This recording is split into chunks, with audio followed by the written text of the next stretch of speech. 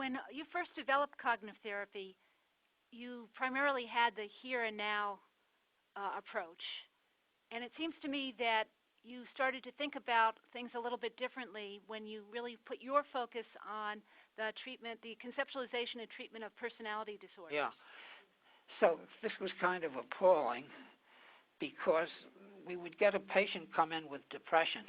Now, let me start back historically. When I first started treating patients, there was no competition from medications. So the people were pharmacologically naive and probably naive in other ways. So they're really great to deal with. And it took about 10 sessions that people would get better.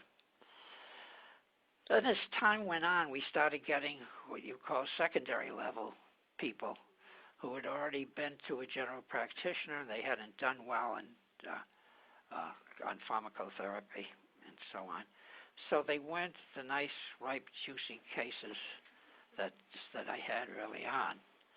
And so what really brought it to mind was a patient that I'd had who had gone through therapy, and she was really great in automatic thoughts, and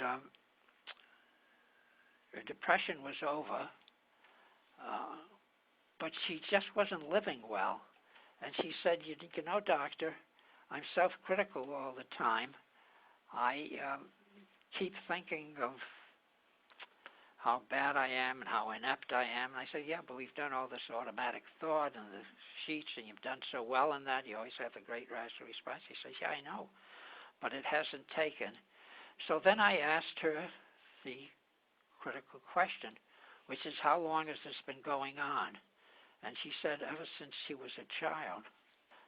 So it turned out that when she was about 7 or 8 years old, and she had a 6-year-old sister, the father had died. The mother had to become a breadwinner. Without going into all the details, the mother really was coming down hard on the patient. And maybe she was one of these orchid children, because not everybody incorporates the parent's self-criticism. Maybe the mother wasn't critical all the time. But in any event, the truth, the schema memory that what represented truth to her was that she was a bad kid because her mother had implied she was a bad kid. And there was no way to reason her out of this. But I figured that this memory was like an abscess, and it had to come to the surface. And so we did a role play. First I role played her mother and made her cry as I was criticizing her for everything. And then she role played the mother, and she almost made me cry.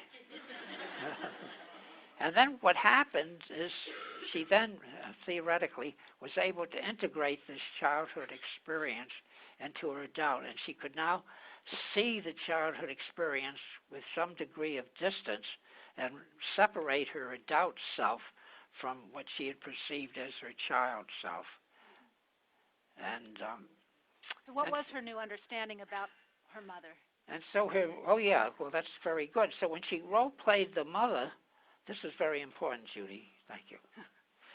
When she role-played the mother, she said, you know, I realized how my mother must have felt after all. Her husband had died, and she had the 2 children, and she wasn't feeling she was being a good mother, and she had to, and so on and so forth. She said, I could now for the first time see things through my mother's eyes, and therefore, since my mother was so upset in general, I didn't have to take anything she said at face value, because it was her upset that was talking, not the way she felt about me.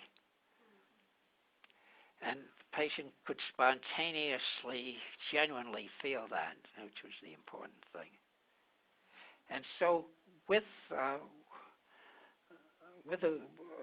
patients with personality disorders, it's often important to bring in the early developmental material. And one of the things that helps a lot, incidentally, in dealing with them is to give them another scale that we have developed just for personality disorders, which is called the PBQ, Personality Belief Questionnaire, which can get at the beliefs right away.